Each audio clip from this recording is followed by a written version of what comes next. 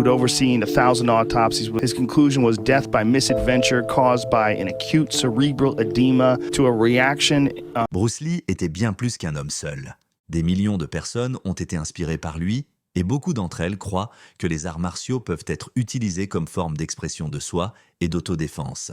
Si vous admirez Bruce Lee et ses contributions aux arts martiaux et à la culture populaire, tapez 1. Si vous avez un avis différent, tapez 2. Mais comme beaucoup d'autres personnes talentueuses, Bruce est décédé trop tôt. Il est décédé tragiquement à l'âge de 32 ans, laissant un vide dans la communauté des arts martiaux qui n'a pas encore été comblé. Mais et si je vous disais que les faits que nous avons appris sur la mort de Bruce Lee ne sont peut-être pas exacts? Tout le monde sera choqué par certains des détails fascinants que nous apprendrons concernant le décès de Bruce Lee dans cette vidéo.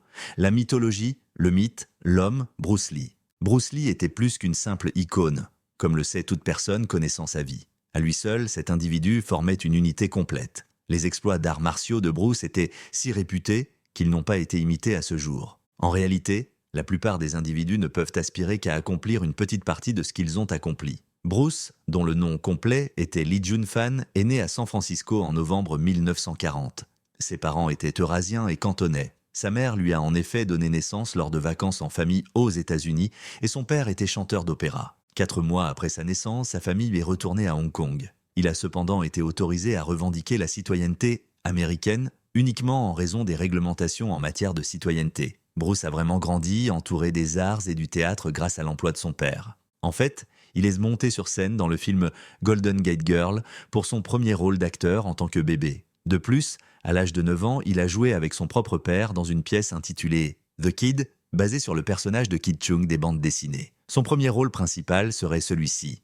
Bruce avait déjà fait un nombre impressionnant de 20 apparitions au cinéma à l'âge de 18 ans. Il n'est pas surprenant que Bruce devienne un artiste aussi prolifique avec un tel portfolio. La profession de Bruce se déroulait très bien, mais il ne réussissait pas très bien à l'école. Il a suivi sa première formation de boxe au collège Saint-Francis-Xavier après avoir été transféré de son école précédente. De plus, Bruce avait tendance à se battre, ce qui ne faisait qu'empirer les choses. Ses parents pensaient simplement qu'il serait préférable pour lui de suivre une formation en arts martiaux plutôt que de le punir pour avoir participé à de nombreux combats de rue lorsqu'il était à l'école. C'était le point de départ. Bruce a rencontré pour la première fois Yip Man, un grand maître renommé des arts martiaux qui aurait également formé un certain nombre de futurs martyrs des arts martiaux en 1953 par l'intermédiaire de son ami William Chung. Il est intéressant de noter qu'une réglementation chinoise de longue date sur les arts martiaux, interdisant aux instructeurs d'instruire des étrangers, a conduit au refus initial de Bruce d'apprendre le Wing Chun Jung Fu sous Yip Man.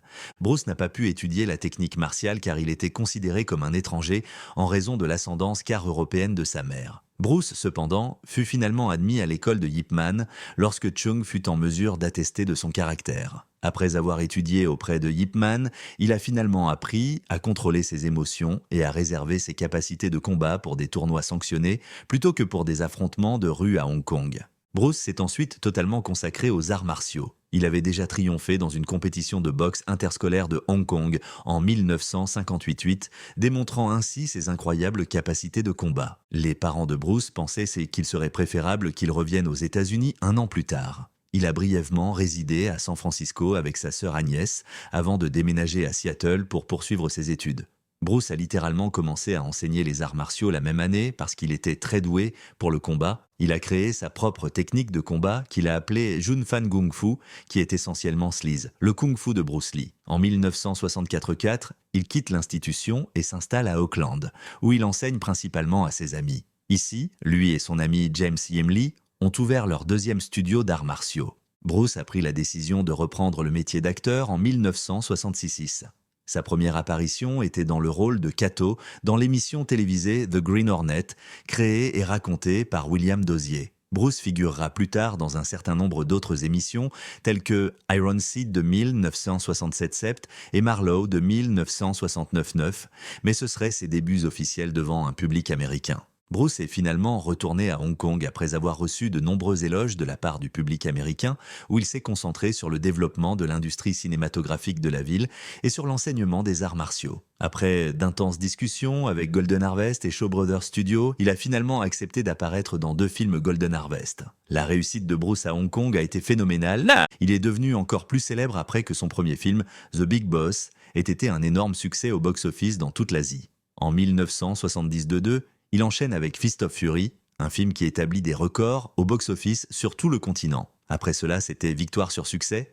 The Way of the Dragon, Game of Death et Enter the Dragon ont tous été des succès majeurs, le dernier étant le plus gros succès de Bruce à ce jour. Malgré un budget de seulement 850 $, le film est devenu l'un des films les plus rentables de tous les temps, rapportant plus de 400 millions de dollars dans le monde. Il est depuis devenu un classique culte mondial et considéré par beaucoup comme l'un des meilleurs films d'arts martiaux jamais réalisés. La réputation de Bruce en tant qu'icône mondiale a été consolidée avec Enter the Dragon.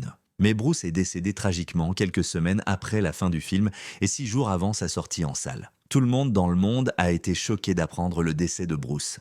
En plus d'être au sommet de sa popularité et de son talent, cet homme avait sûrement bien plus à offrir. Comment diable avait-il pu mourir si vite? Examinons donc la situation. Le 10 mai 1973, alors qu'il travaillait sur Enter the Dragon, Bruce se serait évanoui lors d'une session de remplacement automatique des dialogues.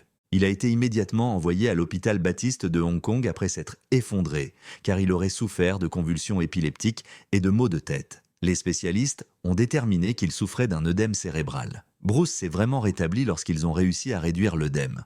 Lorsque Bruce s'est rendu à Hong Kong en juillet de la même année, il était censé rencontrer l'acteur australien George Lazenby, qui était le deuxième homme à jouer James Bond.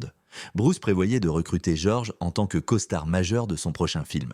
Selon Linda, l'épouse de Bruce, il avait discuté de la création d'un film avec le producteur Raymond Shaw le même jour. Les deux hommes ont travaillé pendant environ 2 heures avant de se rendre chez l'actrice taïwanaise Betty Ting Pet en début de soirée. Avant que Shaw ne quitte la maison pour un autre rendez-vous, ils avaient tous les trois collaboré sur un scénario. Bruce aurait raté son dîner avec Lazenby et Shaw et aurait fait une sieste chez Pei. Craignant le pire, Shaw retourna à l'appartement pour tenter de réveiller Bruce, mais il ne répondit jamais. Un médecin a été appelé juste après et après avoir tenté de réanimer Bruce, pendant une dizaine de minutes, il a appelé une ambulance. Bruce a été déclaré mort à l'hôpital Queen Elizabeth lorsqu'il y a été amené. Justifications officielles de la mort de Bruce. Le monde est entré dans une frénésie à l'instant où Bruce est décédé. Beaucoup de gens essayant de comprendre ce qui était arrivé à cette légende et sa mort fut immédiatement entourée de controverses.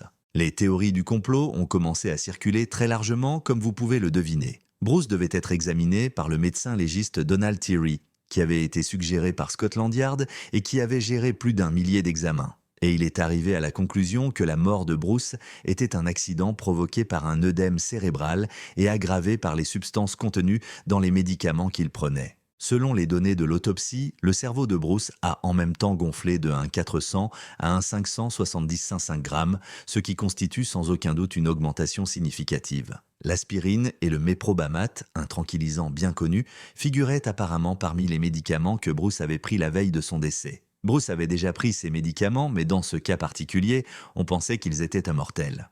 De plus, on supposait que Bruce avait consommé beaucoup de cannabis avant son décès. Mais Thierry a dit que c'était faux. Une enquête sur l'estomac de Bruce n'a révélé aucun signe de produit chimique, selon le médecin légiste, et le pathologiste clinicien de l'hôpital Queen Elizabeth a soutenu cette affirmation. En 2018, l'auteur renommé Matthew Polly, qui s'est penché sur la mort de Bruce, s'est entretenu avec des professionnels de la santé. Il a déclaré que le coup de chaleur et le stress physique extrême s'étaient de combiner pour provoquer l'œdème cérébral qui a tué Bruce. Selon certaines informations, Bruce aurait excisé les glandes sudoripares de ses bras 1 an avant sa mort parce qu'il ne les trouvait pas attrayantes. En conséquence, le corps de Bruce a surchauffé, a déclaré Polly. La formation cinématographique de Bruce a dû être assez éprouvante, surtout compte tenu de la réputation de Hong Kong pour ses températures relativement plus élevées. Selon Polly, cela a dû aggraver considérablement le coup de chaleur, ce qui a aggravé son œdème cérébral. Un autre article paru dans une édition 2022 du Critical Kidney Journal est arrivé à la conclusion que l'hyponatrémie, une maladie dans laquelle une personne a un taux de sel dans le sang dangereusement bas, pourrait avoir contribué à l'œdème cérébral mortel de Bruce. Selon les auteurs de l'article, Bruce était plus susceptible de souffrir d'hyponatrémie en raison d'un certain nombre de facteurs de risque tels qu'une consommation excessive d'eau et pas assez de soluté. Vous pouvez en quelque sorte comprendre comment Bruce aurait été touché par un cas mortel d'hyponatrémie étant donné sa consommation excessive d'alcool et peut-être sa consommation de drogue, qui interférait avec la capacité de ses reins à éliminer l'excès de liquide. Un superbe travail intérieur. Selon les explications officielles, la mort de Bruce aurait été causée par un problème cérébral qui s'est aggravé avec le temps. Et si ce n'était pas toujours le cas? De plus en plus d'informations sur les causes possibles de la mort de Bruce ont fait surface au fil du temps. Parmi les théories les plus importantes figure la possibilité que Bruce ait été piégé. Vous avez sans doute entendu parler de Joe Rogan si vous connaissez Internet. Il anime le podcast le plus populaire au monde où lui et ses invités approfondissent tout, révélant des détails que de nombreuses personnalités influentes ne souhaitent peut-être pas que le grand public connaisse. L'expérience Joe Rogan est un lieu où de nombreuses connaissances sont divulguées, notamment l'interaction du gouvernement avec les formes de vie extraterrestres, les origines cachées de l'humanité ancienne et bien plus encore. Joe et Joey Diaz, acteurs, comédiens et podcasteurs cubano-américains, ont discuté de certaines des pratiques les plus douteuses de l'industrie du divertissement dans un épisode de podcast de l'année précédente. Les deux hommes ont discuté en détail de la mort de Bruce et de son fils Brandon tout au long de leur conversation. Joey a également exprimé son opinion selon laquelle il y a sans aucun doute plus dans les événements entourant la mort de Bruce qu'il n'y paraît à première vue. Par exemple, Brandon Lee est décédé lors d'une séquence d'effets spéciaux sur un plateau de tournage. Un fragment d'obus ou autre chose qui restait dans la chambre du pistolet a été tiré sur lui par un faux pistolet chargé à blanc. Joey dit ici que la mort de Bruce a probablement été orchestrée par un groupe de personnes avec lesquelles il a pu avoir des contacts. Et ils ont choisi de l'assassiner parce qu'il a choisi de partir. Avec ses vendeurs, ils ont réalisé des films. Ils sont allés à la banque et ont prétendu avoir gagné des millions après avoir investi $60. Le montant d'argent gagné par Enter the Dragon est inconnu. Personne n'est au courant. 42 ans plus tard, n'est-ce pas 80, 90, 42 ans. Regardez l'impact que cela a sur le monde tout au long de la première semaine. Combien d'exemplaires d'Enter the Dragon existe-t-il dans le monde ? Raymond Chow est cette personne. Enter the Dragon a été produit par les studios après que Raymond Chow les a rejoints. Je ne sais pas si c'était Sterling Silhouette, Raymond Chow ou l'une de ces personnes. Après le décès de Bruce Lee, Raymond Chow est devenu extrêmement populaire. Il était également consommateur d'héroïne. Quel était son nom au final ? Chow, court. Chow Studios, courait. Ils ont fini par faire du trash, notamment des films de Clint Eastwood et de Charles Bronson. D'une manière ou d'une autre, ils lui ont donné une part de l'action. Analysons maintenant toutes les déclarations de Joey. Parce qu'il y a des faits ici, même si cela peut ressembler à une théorie du complot. Rappelons qu'après s'être fait connaître en Occident, Bruce est retourné à Hong Kong pour continuer à réaliser des films. Golden Harvest et Shaw Brothers étaient à l'époque les deux plus grands studios de cinéma de Hong Kong. De plus, il y a de fortes chances que vous souhaitiez collaborer avec eux ou qu'ils reçoivent une sorte de paiement si vous souhaitez tourner des films à Hong Kong pendant cette période. Comme mentionné précédemment, alors que Bruce était à Hong Kong, il a signé un contrat pour produire des films avec ses studios. Bruce a vraiment commencé à passer au second plan pour créer sa propre société et distribuer des films de manière indépendante, après que les deux premiers soient devenus d'énormes superproductions. Raymond Chow est entré en scène à ce stade. Ensemble, Bruce et Chow ont fondé Concord Productions Inc. en 1972, qu'il contrôlait conjointement en tant que société de production cinématographique. Chow détenait 49,9% de l'entreprise, tandis que Bruce et sa succession familiale en détenaient environ 51%. Essentiellement, Chow était plutôt un administrateur qui gérait les opérations quotidiennes de la société, tandis que Bruce était responsable de la direction artistique des films de Concord. Et cet arrangement a certainement fonctionné d'une certaine manière. Bien que Bruce ait négocié un nouveau contrat avec Golden Harvest à cette période, on pourrait supposer qu'il se concentrerait davantage sur la gestion de sa propre société de production que sur la production de films pour d'autres personnes. La Voix du Dragon était le premier long métrage de Concorde. Il est intéressant de noter que la société détient également 50% des droits de Game of Death, y compris la vidéo originale. Golden Harvest et Concorde ont quelque chose en commun, mais il y a également eu un désaccord plus important qui a été aggravé par le décès de Bruce avant sa publication. Cependant, Enter the Dragon est le véritable joyau de cette situation. Comme indiqué précédemment, ce film était de loin la plus grande entreprise de Bruce et a finalement rapporté plus d'argent que tout autre film qu'il avait produit avec Golden Harvest pendant son séjour. Selon certaines informations, Fist of Fury et The Way of the Dragon ont rapporté respectivement un 130 et un 100 millions de dollars, tandis que Enter the Dragon a rapporté la somme incroyable de 400 millions de dollars, soit près de 2 fois plus que les revenus totaux des deux films précédents. La rentabilité d'Enter the Dragon est encore plus évidente si l'on considère qu'il a été produit avec un budget de seulement 850 $. Le départ de Bruce pour ouvrir son propre magasin a peut-être semblé un peu trahi à ses anciens employeurs. Pire encore, il se comportait soudainement bien mieux qu'eux. Joey y a fait allusion lorsqu'il a déclaré que beaucoup de gens avaient dû être contrariés lorsque Bruce avait choisi d'être indépendant et de produire ses propres films. Il était en fait au lit avec elle, donc il est mort avec une tâche. Elle l'avait dans son lit. Après tout, un certain nombre d'articles ont été modifiés pour le présenter sous un jour négatif. Mais il a bouleversé beaucoup de gens quand il a laissé ces individus jouer Enter the Dragon, mec. Ils ont eu beaucoup d'argent grâce à lui. Mais tu sais quoi? Il semble qu'il souffrait déjà de convulsions. Lorsque Bruce Lee a eu sa première crise en mai 1973, le professionnel de la santé qui l'a soigné était un neurochirurgien. Pour atténuer son inconfort, il a commencé à consommer du hash. Il fut parmi les premiers à découvrir que le hashish était Advil. Qu'est-ce que c'est? Qu'est-ce qu'Advil quand vous le prenez? Ibuprofène? Non. En plus de soulager la douleur, qu'est-ce que cela vous fait réellement? Qu'y a-t-il d'autre? Ils sont connus sous le nom d'anti-inflammatoires non stéroïdiens. Le hash possède des propriétés anti-inflammatoires. En effet, c'est le cas, ainsi que la marijuana. Bruce Lee fut le premier à le comprendre. Pour réduire la consommation, Bruce Lee avait l'habitude de manger du hash après l'entraînement. Il aurait vécu longtemps. Il y a bien longtemps, son cerveau aurait enflé. Revenons à Raymond Shaw, le collègue de Bruce. Lorsque Bruce a pris la décision de retourner à Hong Kong, c'est Shaw qui l'a attiré vers Golden Harvest. Dans le secteur cinématographique de Hong Kong, Golden Harvest et Shaw Brothers étaient de féroces rivaux, comme je l'ai mentionné plus tôt. Et ils se battaient pour tout, même pour attirer de grands talents. Vous pouvez imaginer que le studio a dû être très satisfait de Raymond lorsque Bruce a finalement décidé d'utiliser Golden Harvest. Ils auraient tout aussi bien pu le rencontrer pour persuader Bruce de revenir après avoir pris la décision de l'accompagner. Voici une autre tournure des événements intrigante. Vous souvenez-vous de la division de propriété de Concorde? Après le décès de Bruce, Chow a acheté une participation de 51% dans la société cinématographique de son domaine familial, dirigée par sa veuve Linda Lee Cadwell. En 1976, Chow avait fermé tout le studio de cinéma et l'avait revendu à Golden Harvest.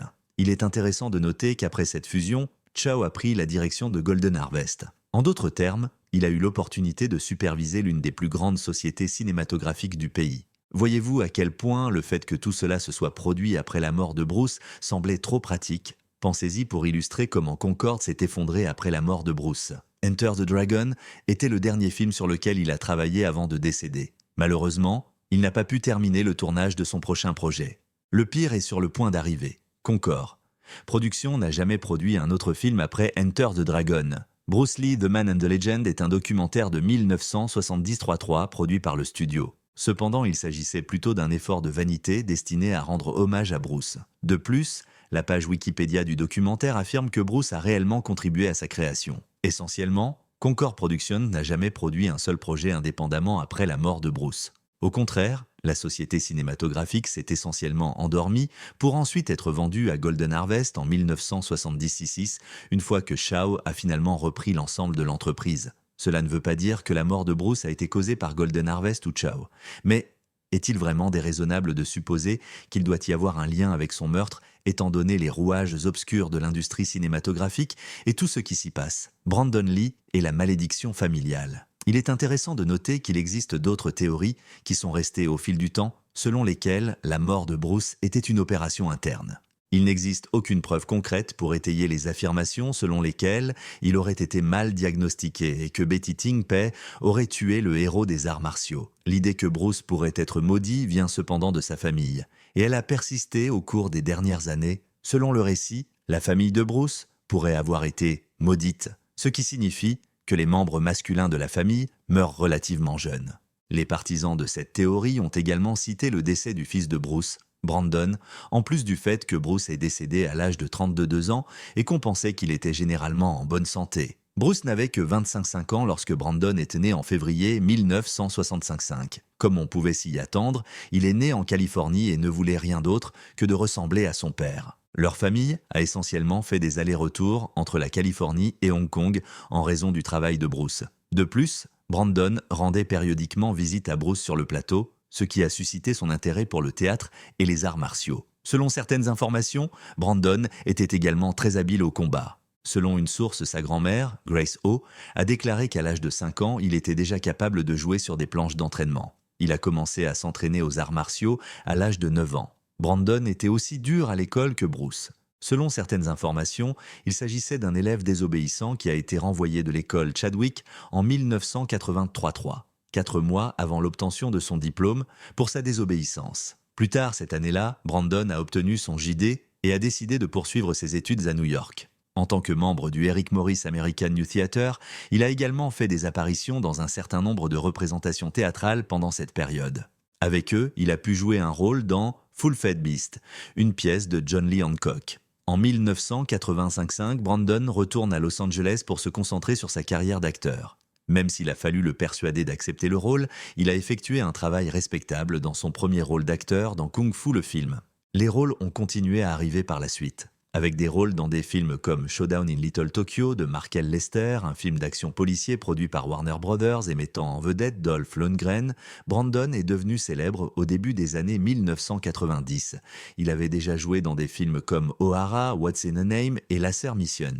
Malheureusement, le 31 mars 1993, tout cela prit fin brutalement. Dans le film The Crow, Brandon tournait une scène dans laquelle son personnage est abattu par des gangsters. Un voyou était censé tirer sur le personnage de Brandon avec une arme de poing Smith & Wesson, modèle 629.44 Magnum lorsqu'il est entré dans un appartement et a découvert que sa fiancée avait été battue et maltraitée. Cependant, dans un film d'avant-scène, le pistolet à hélice était chargé de fausses balles de mauvaise qualité fabriquées à partir de vraies cartouches fabriquées à la main. En gros plan, les balles semblent normales puisque l'équipe des effets spéciaux a retiré les charges électriques du pistolet. Néanmoins, il semble que l'équipe n'ait pas réussi à retirer les amorces des cartouches et qu'un des tirs ait finalement été tiré. La force créée par l'amorce tirée était suffisante pour propulser la balle partiellement à l'intérieur du canon du pistolet où elle s'est logée et la séparer de la coque du pistolet même en l'absence de charges électriques. Le revolver était destiné à être tiré sur Brandon à une distance de 12 à 15 pieds, soit 3, 6 à 4, 5 mètres sur le lieu du décès. Des cartouches à blanc, dotées d'une charge de poudre et d'une amorce mais pas de balles solides, ont été utilisées à la place des fausses cartouches. De cette manière, l'arme peut être déchargée avec des effets sonores et lumineux sans mettre l'acteur en danger.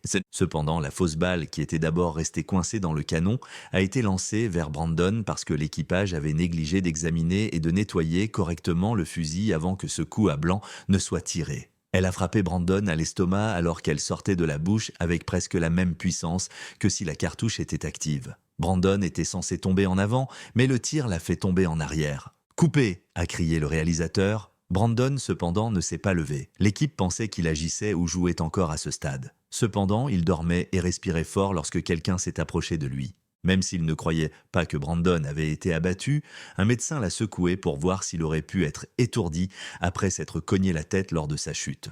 Son pouls a été pris, et même s'il semblait normal au début, il a rapidement commencé à baisser. Brandon a été envoyé immédiatement au centre médical régional de New Hanover à Wilmington, en Caroline du Nord. Pour tenter de lui sauver la vie, les médecins ont procédé à une opération de 6 heures. Cependant, ils ont finalement échoué. À l'âge de 28 ans, Brandon a été déclaré mort, encore plus jeune que son père. En raison de la négligence, la fusillade a finalement été déclarée accidentelle et personne n'a été inculpé. Cependant, immédiatement après cet incident, les gens ont commencé à spéculer que la famille Lee avait peut-être été maudite, provoquant la mort de tous ces mâles jeunes. Même si vous croyez que ce ne sont que des rumeurs, vous ne pouvez pas blâmer ceux qui les tiennent pour vrais. Une conclusion ? Bruce Lee était une légende. Cela dépasse toute question raisonnable. Cet homme nous a été enlevé bien trop tôt, ce qui était la seule chose triste chez lui.